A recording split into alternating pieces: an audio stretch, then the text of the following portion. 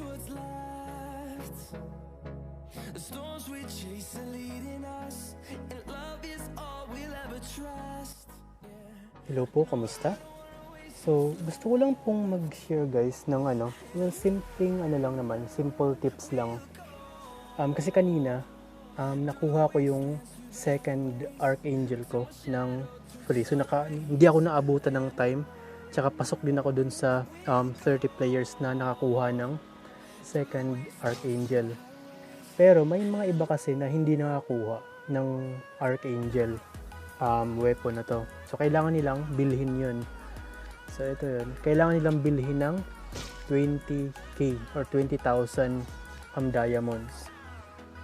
So, ngayon, ang nagkaka-problema kasi sila, nahihirapan silang patayin tong mga golden na to. Lalo na to, itong pinaka-last, kasi napakakunat niyan.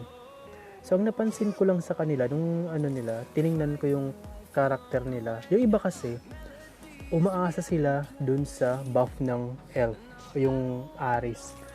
Totoo naman talaga na malakas talaga yung yung additional damage dun sa galing sa buff.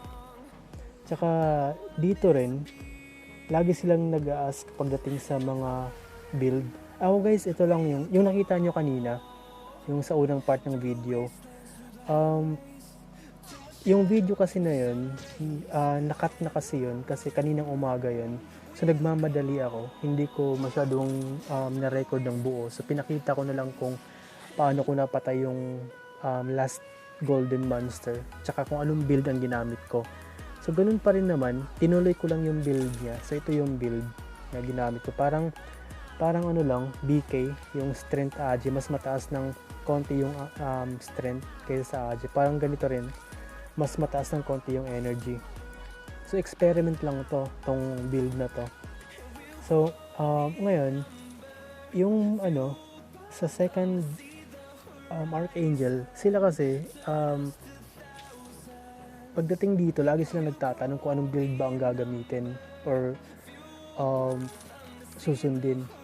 Hindi nakalimutan kasi nila na may kailangan pang gawin para lumakas din. Unang-una, eto, kung kaya nyong kunin to, laking tulong nito. Eto, tong Jewel of Luck na to. Ayan, ang laking tulong din kasi ang damage niya ang taas, nakakatulong talaga siya sa pag-kill ng monster, ng golden monster. Tapos maliban dun, eto pa. Nung tiningnan ko yung items nila, may problema kasi hindi sila hindi naka-ups yung ibang item nila, yung iba kasi naka-tatlo lang. Kasi ako inuuna ko yung weapon. Ayan, kung makikita nyo, max na yung yung excellent stats, yung dalawa. Yung iba kasi hindi naka-max yung sa kanila, pati yung sa mga armor nila. So yun yung isa sa mga problema sa kanila, kasi ang alam lang nila is yung Aris tsaka yung build, yung dito, eto, yung dito sa build na to, yung stats. Yung iba kasi hindi sila masyadong nakafocus kasi siguro kulang yung diamond nila.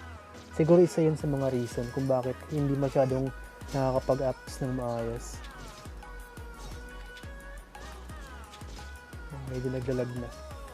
So yun, marami pa namang ways.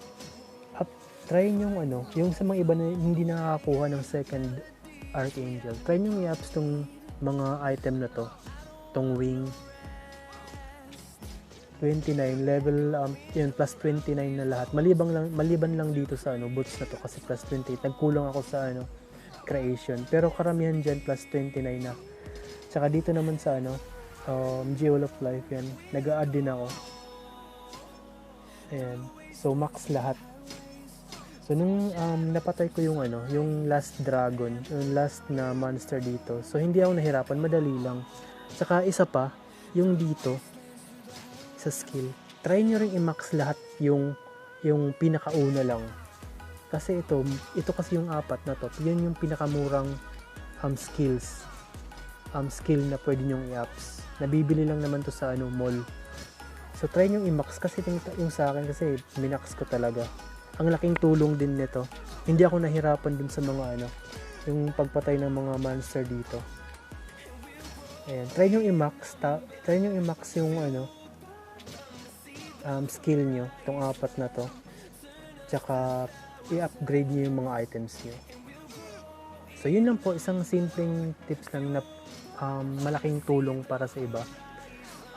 Siguro para lang to sa mga yung free to play or yung mga player na nagta-top up pero hindi naman masyadong malakihan.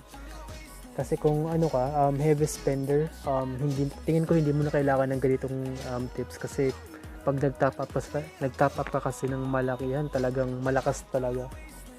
Kaya para na lang to sa mga sa ibang player na hindi nakakuha ng Archangel na free. So hanggang dito na lang po at marami pong salamat.